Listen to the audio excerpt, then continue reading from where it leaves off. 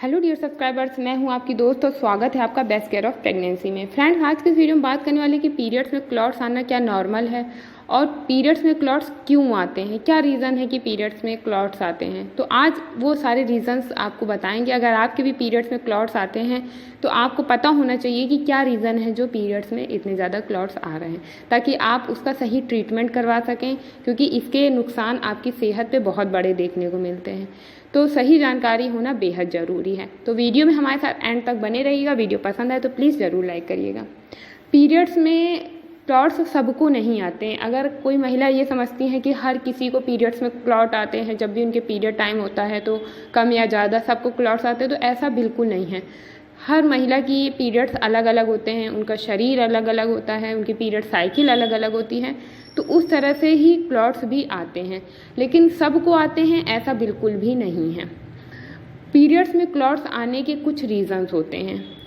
पहला जो रीज़न्स होता है पीरियड में क्लॉट आने का, कि अगर आपके पीरियड्स में कई बार ब्लीडिंग ज़्यादा होती है कुछ लोगों को, तो जब ब्लीडिंग ज़्यादा होती है तो उस दौरान कई बार उन्हें क्लॉट्स भी ज़्यादा आते हैं। छोटे मोटे क्लॉट्स आना नॉर्मल है, लेकिन अगर आपके पीरियड्स में बहुत ज़्यादा बड़े बड़े क्लॉट्स आ रहे हैं, नॉर्मल से ज़्यादा बड़े हैं, तो फिर आपको सावधान होने की ज़रूरत है। दूसरी बात कि पीरियड्स में क्लॉट्स आते हैं जब किसी महिला की यूट्रस में फाइब्राइड्स होती है, मतलब कि गांठ बन जाती हैं।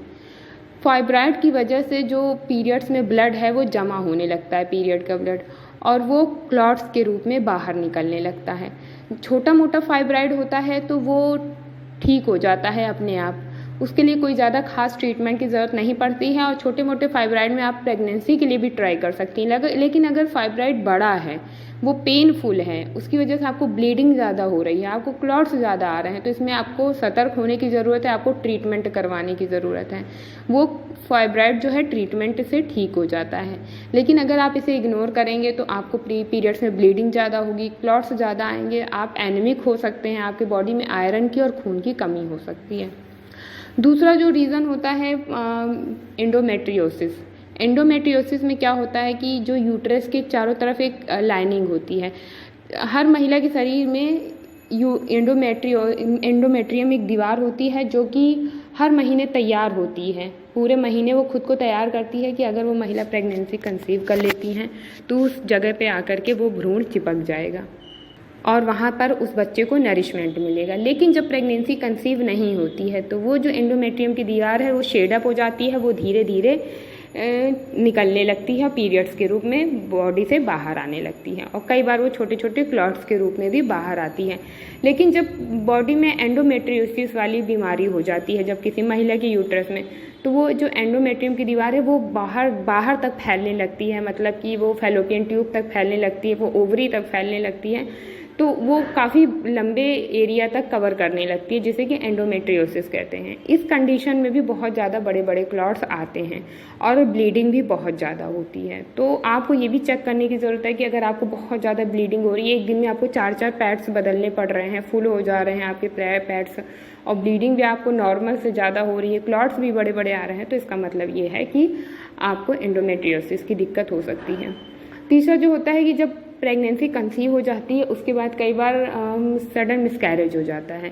तो मिसकैरेज होने के बाद जो एम्ब्रियो था शरीर के अंदर वो क्लॉट्स के रूप में ही बाहर निकलता है, तो उस दौरान भी क्लॉट्स आता है। लेकिन उस दौरान पेट दर्द भी होगा आपको, और वो जो क्लॉट आएगा वो ब्राउन कलर का होता है। अगर प्रेगनेंसी ज़्यादा दिन की हो जाती है, 2 से ढाई महीने की हो जाती है, तो वो क्लॉट बड़ा होता है। अगर प्रेगनेंसी कम दिन की होती है, मतलब 5-6 हफ्ते की ही होती है, तो वो क्लॉट छोटा होता है। तो अगर इस कंडीशन में क्लॉट आ रहा है तो हो सकता है कि आपका सडन मिसकैरेज हुआ है, उसके बाद वो क्लॉट आ रहा है।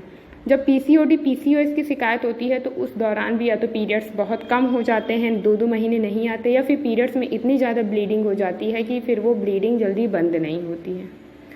बॉडी में जब कोगुलेशन प्रोटीन की कमी होती है, कोगुलेट प्रोटीन होता है जो कि ब्लड को जमा करने में हेल्प करता है। जब हमारे कहीं कट फट जाता है तो कोगुलेट प्रोटीन ही होता है जो थोड़ी देर बाद उस ब्लड को जमा करने में मदद करता है ताकि ज़्यादा ब्लीडिंग ना हो। जिन महिला के शरीर में इस प्रोटीन की कमी होती है उनमें ब्लीडिंग ज़्यादा होती है, उनमें क्लॉट्स भी ज़्यादा पास होते हैं। जब ये प्रोटीन धीरे धीरे जमा होता है तो वो उस ब्लीडिंग को रोकने का काम करता है। वो वहाँ पर ब्लड का थक्का बना देता है, खून का थक्का बना देता है। जब ये खून का थक्का बन जाता है आपके यूट्रस में, तो जब वो बाहर निकलने की कोशिश करता है शरीर से, तो उस दौरान आपको पेट दर्द महसूस होता है, बहुत ज़्यादा वेजाइनल पेन महसूस होता है।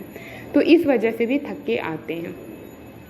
नॉर्मल थक्के अगर आ रहे हैं, क्लॉट्स आ रहे हैं, तो उसमें टेंशन की बात नहीं है। लेकिन क्लॉट्स का साइज़ बड़ा है, सिर्फ क्लॉट्स ही आ रहे हैं, ब्लीडिंग नहीं हो रही, या फिर सिर्फ ब्लीडिंग ही हो रही है, हैवी ब्लीडिंग हो रही है, कोई क्लॉट्स नहीं आ रहा है, और या फिर पानी जैसा आपको डिस्चार्ज हो रहा है, तो इस तरह की अगर चीज़ें हो रही हैं तो इसका मतलब ये है कि आपको सावधान होने की ज़रूरत है।